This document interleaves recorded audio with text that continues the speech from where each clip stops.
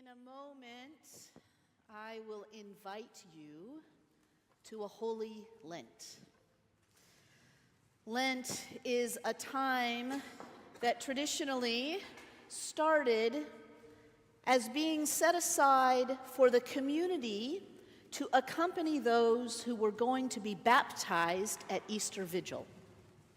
This Sunday, we will be welcoming a group of discerners, some of whom are discerning becoming a part of the Episcopal Church, having been Christians in other communities, some of whom will be discerning baptism. Lent is meant to be a community event. We live in a culture that is profoundly individualistic. And so many of our Lenten practices end up being individual practices. I am going to give up chocolate. I am going to get off of social media. My Facebook feed has been flooded with folks who are leaving Facebook for the period of Lent. It's not a bad idea, friends. But the purpose of Lent is to build community together. The purpose of Lent is to become more like God in our relationships with one another and in our relationships with the world around us. And so the ancient Christian community gathered around those who were discerning whether this is the community that they wanted to throw in with, whether this was the community that they wanted to commit themselves to in all of its glory and all of its messiness. And the community gathered around them to do it together. Friends, that's why we're doing evening prayer at table every week, because it's an opportunity for us to gather. Lent is not meant to be done alone. Now, we no longer have a practice in the Episcopal Church of everybody giving up the same thing.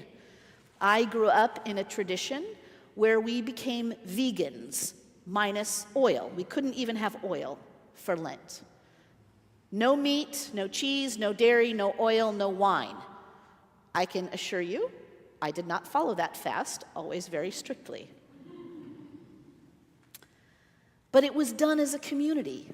We ate together regularly during Lent, meaning we swapped the best recipes amongst ourselves so that we could still eat food that we enjoyed and that was nutritious, but also reflected our common practice together of simplifying our lives, of putting aside some of those things that we indulge in. And indulgence is not always a bad thing. I think Christianity has given a bad rap to sometimes enjoying things. But it is appropriate to take time as a community to put things aside.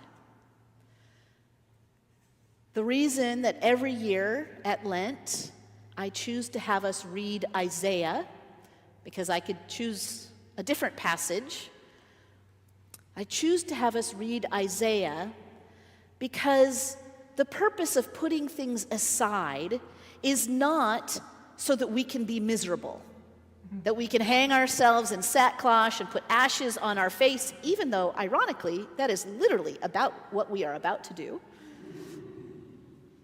It's not so that we can display our misery and our righteousness before people, but it's so that we can become more fully a people who care for those who are oppressed. And I think sometimes setting aside time and engaging in practices that help us realize how we are complicit in the oppression of those around us is important. The truth is, we are a relatively stable, mostly white congregation of folks who are not in a great deal of economic jeopardy, even given what's happening around us, though I know that it is affecting the businesses of some significantly. The question that I have for us as a community is, what are the practices that we have either as individuals or as a community that we may need to put aside for a period of time in order to better recognize our dependency on God, our dependency on one another, and to step out of practices that oppress our sisters and brothers and siblings around us. My hope is you reflect on what it is you may need to either set aside or perhaps engage in during Lent, is that it shapes a practice or a way of becoming that you take with you after Lent.